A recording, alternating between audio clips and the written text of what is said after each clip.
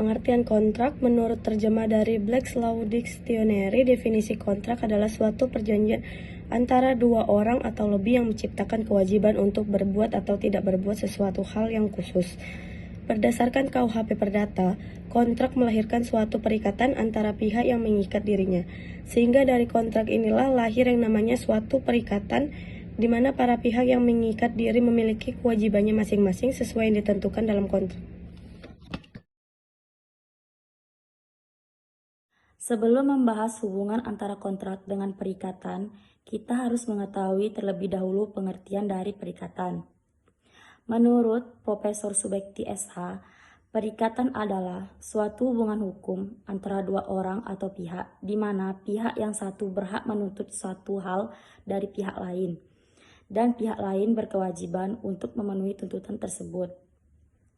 Dari definisi perikatan tersebut, maka sebenarnya dapat disimpulkan bahwa hubungan yang terjadi antara kontrak dan perikatan adalah pada perjanjian tertulis, atau dengan kata lain, hubungan hukum yang terjadi karena adanya perjanjian tertulis tersebut yang dapat dikatakan perikatan.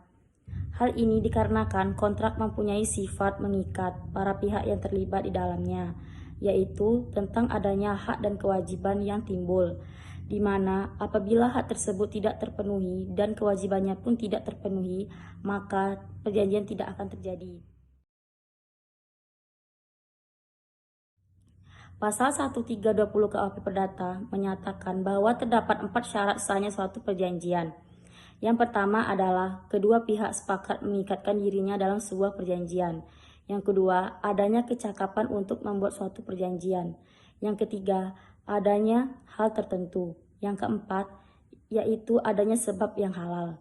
Terkait dengan syarat nomor 1 dan 2 merupakan syarat subjektif yang apabila tidak terpenuhi, maka perjanjian kontrak dapat dibatalkan.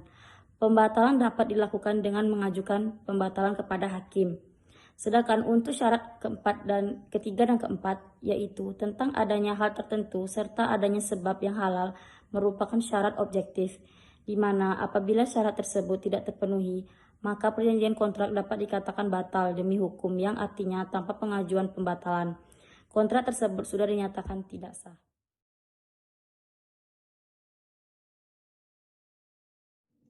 Baiklah, jawabannya adalah keadaan memaksa atau force majeure dapat diartikan sebagai suatu keadaan yang terjadi setelah dibuatnya kontrak, di mana adanya suatu keadaan yang menghalangi debitur untuk memenuhi prestasinya.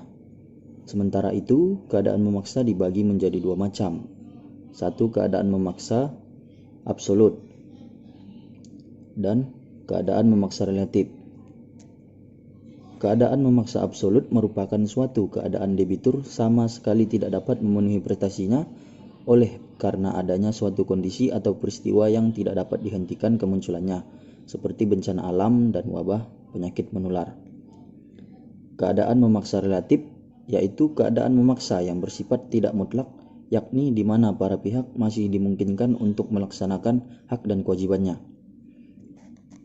Oleh sebab itu, keadaan tidak mampu melaksanakan kewajiban karena COVID-19 termasuk dalam kategori keadaan memaksa. Hak ini dikarenakan COVID-19 merupakan kategori bencana alam yang kemunculannya tidak dapat dicegah oleh siapapun, juga karena merupakan kehendak dari Tuhan Yang Maha Esa.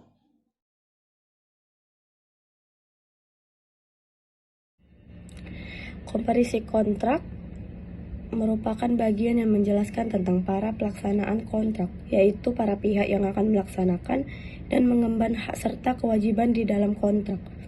Hubungan antara komparisi dengan keabsahan dalam sebuah kontrak sangatlah erat. Hal ini dikarenakan komparisi merupakan bagian dari syarat sahnya sebuah kontrak.